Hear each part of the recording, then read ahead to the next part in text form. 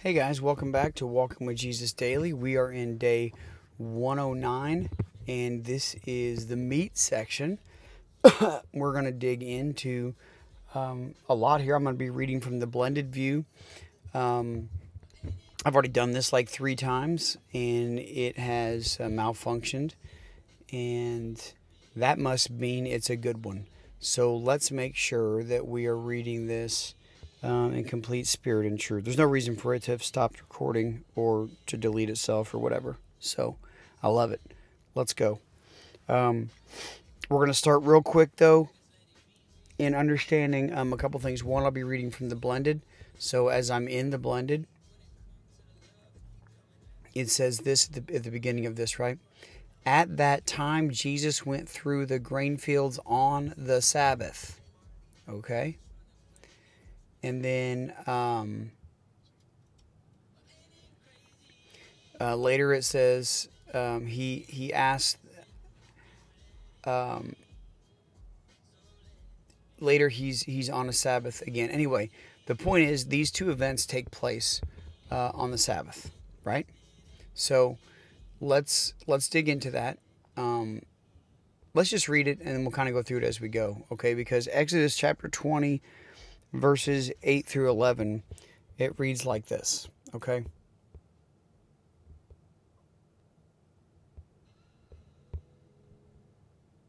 Remember the Sabbath day to keep it holy. That's the commandment.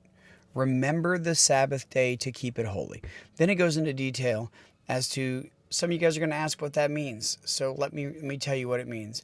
6 days you'll labor and do all your work. The 7th day is a Sabbath day to the Lord your God.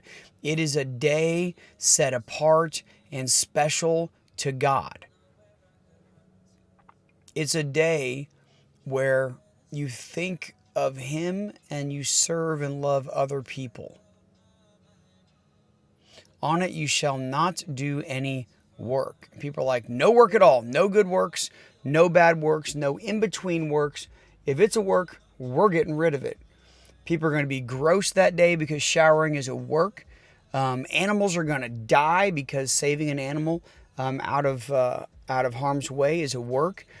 People who are terribly sick are going to be left on their own, terribly sick with no help and no love, because that would be a work, right? What about nursing infants? Like, it's kind of a work, isn't it? This is how insane it got. All right, but it says 6 days you shall labor and do all your work. The 7th day is a Sabbath to the Lord your God. On it you shall not do any work, you or your son or your daughter, your male servant, your female servant, or your livestock, the sojourner who is within your gates. For in 6 days the Lord made heaven and earth, the sea, and all that's in them, and rested on the 7th day. Therefore the Lord blessed the Sabbath day and made it holy.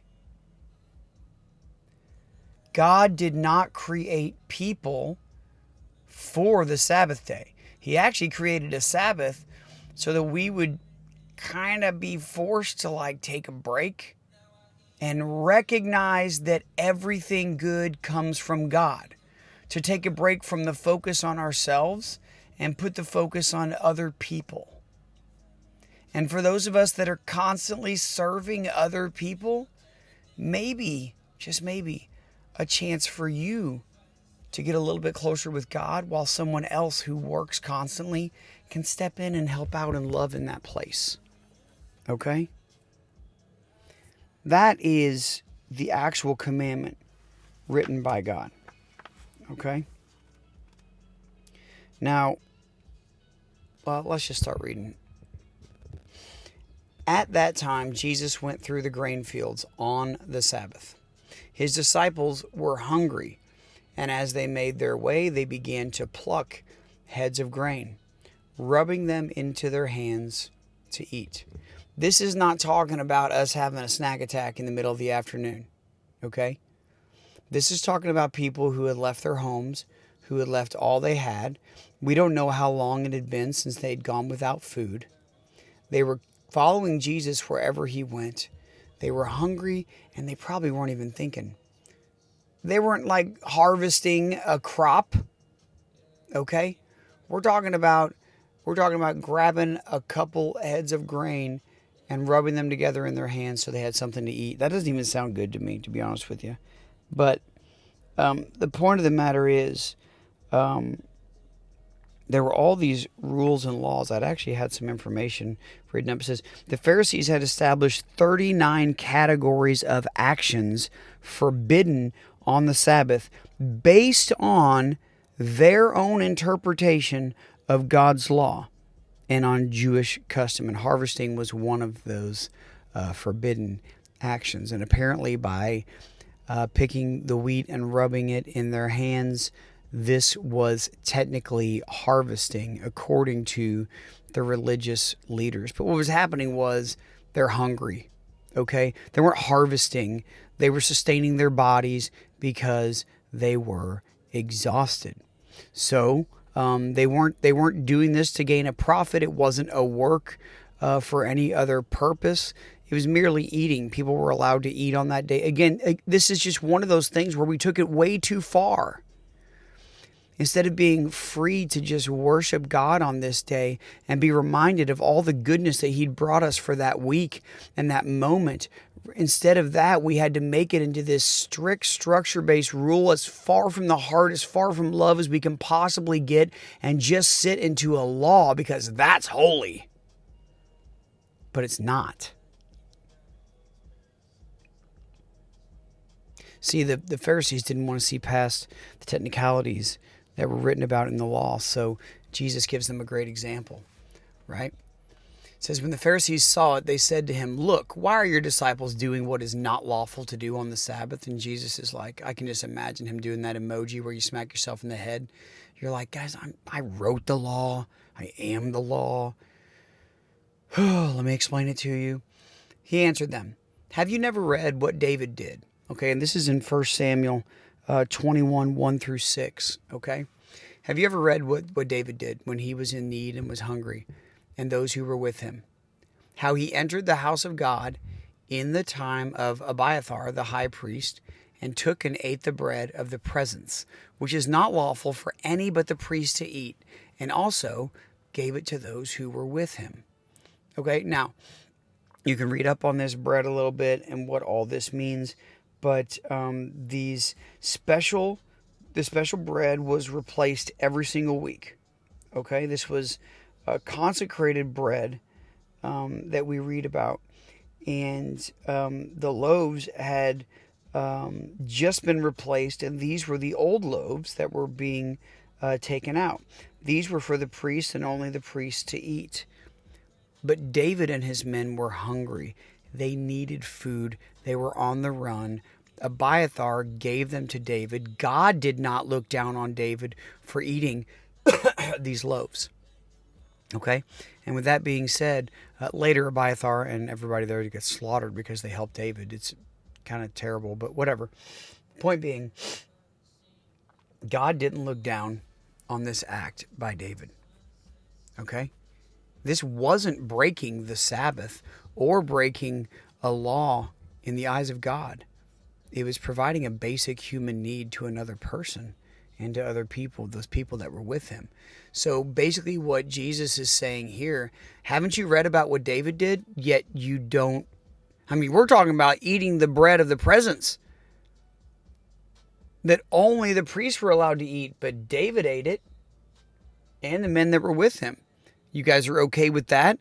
But my disciples, I'm sent by God, and my disciples can't pluck a few grains, a few heads of grain? Come on. He says this, "Or have you not read in the law how on the Sabbath the priests in the temple profane the Sabbath and are guiltless?" What does that mean? Well, that's when they do their work. This is when they teach. This is when they preach. This is when they offer sacrifices. The majority of their work is done in this time. Why? Because it is a worship to God. It is holy to God.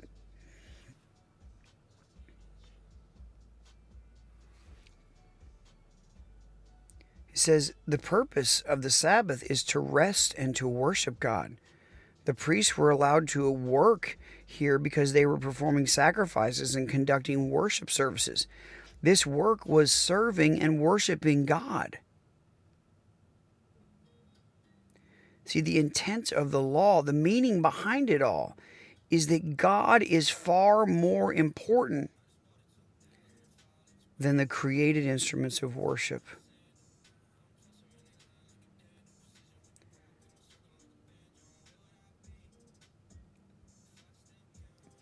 See, if we become more concerned with how we're fulfilling a law and less fulfilled about who we're worshiping, we've missed it. He says, I tell you, something greater than the temple is here. Me, I am. And if you had known what this means, I desire mercy and not sacrifice, you would not have condemned the guiltless. And he's talking about his disciples here. God says, I desire mercy and not sacrifice. Mercy. To be merciful is to be more like God. And then he drops this bomb on him. The Sabbath was made for man, not man for the Sabbath. Okay, I know there's probably still a lot of questions here, but look at the point of what the Sabbath is about. I am not telling you, the Sabbath has changed for us as well, but we'll get into that a little bit later, okay? This has become every single day to us. Every day is a worship. Every day is an opportunity to be with God, to be filled with His Spirit, to walk hand in hand with Him. Every day. Every day is set apart and holy for Him. It becomes what you do at work. It becomes what you do at home. It becomes who you are as a person. It says, he went on from there and entered their synagogue on another Sabbath and was teaching. And a man was there. So he's already upsetting the people here. He's about to take it another level further. And a man was there whose right hand was withered, and the scribes and the Pharisees watched Jesus to see whether he would heal him on the Sabbath, so that they might find a reason to accuse him. What does it sound like the Sabbath has become? A big controlling day? An opportunity for people to point out what is or isn't lawful and how they keep it and how you don't. So they asked him, is it lawful to heal on the Sabbath? Jesus says to them, I love how he answers with a question.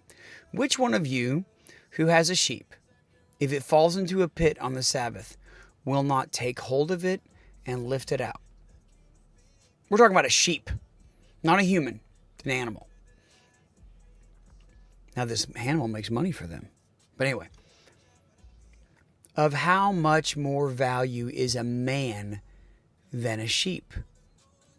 So Jesus now answers. So it is lawful to do good on the Sabbath.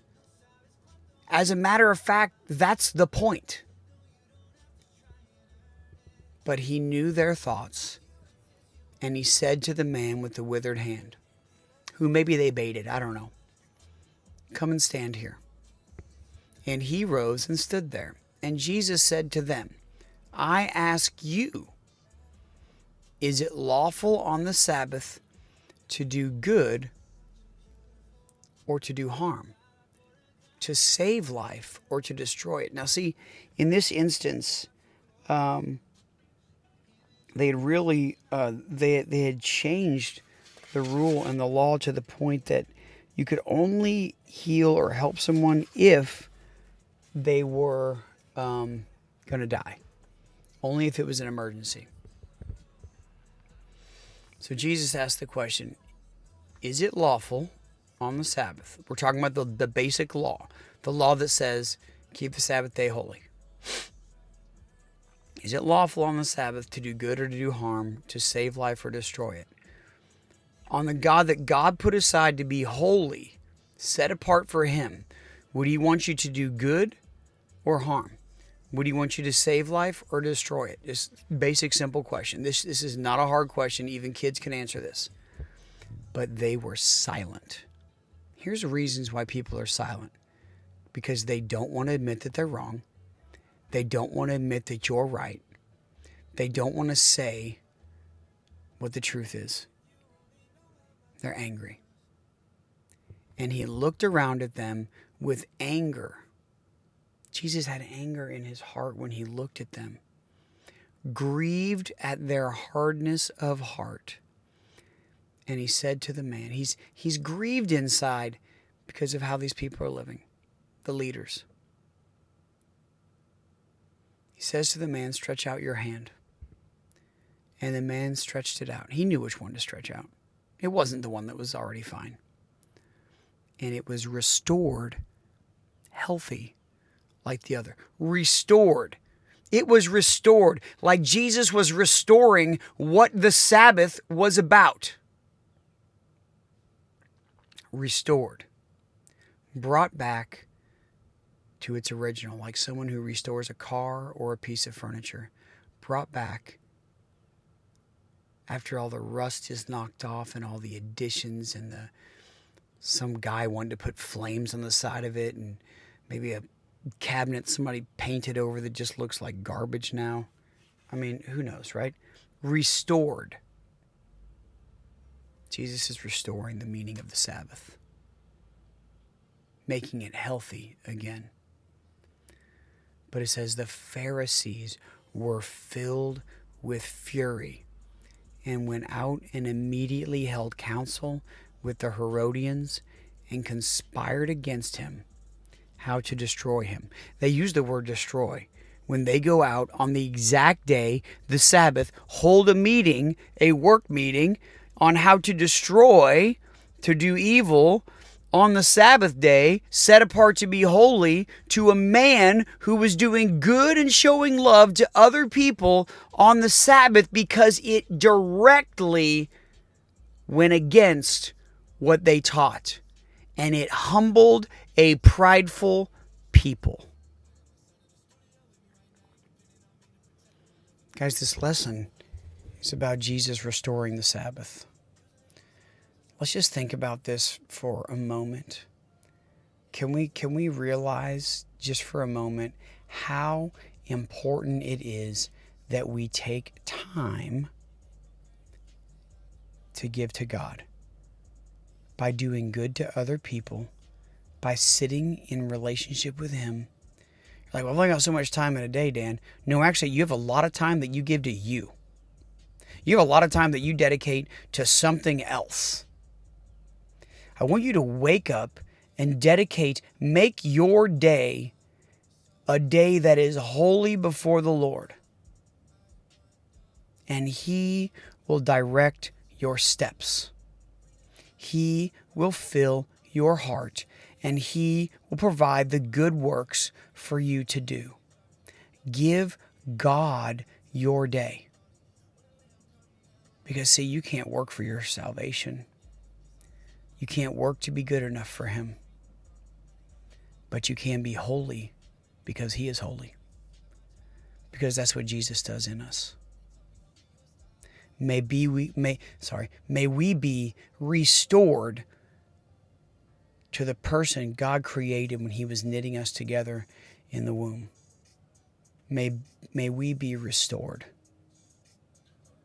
to who He created you to be in the beginning, and the life that He wanted you to live in the beginning. Not a life full of rules and what you can and cannot do, but a life full of freedom to love, to be holy and righteous, and to walk with Him. Love you guys. I'll see you tomorrow.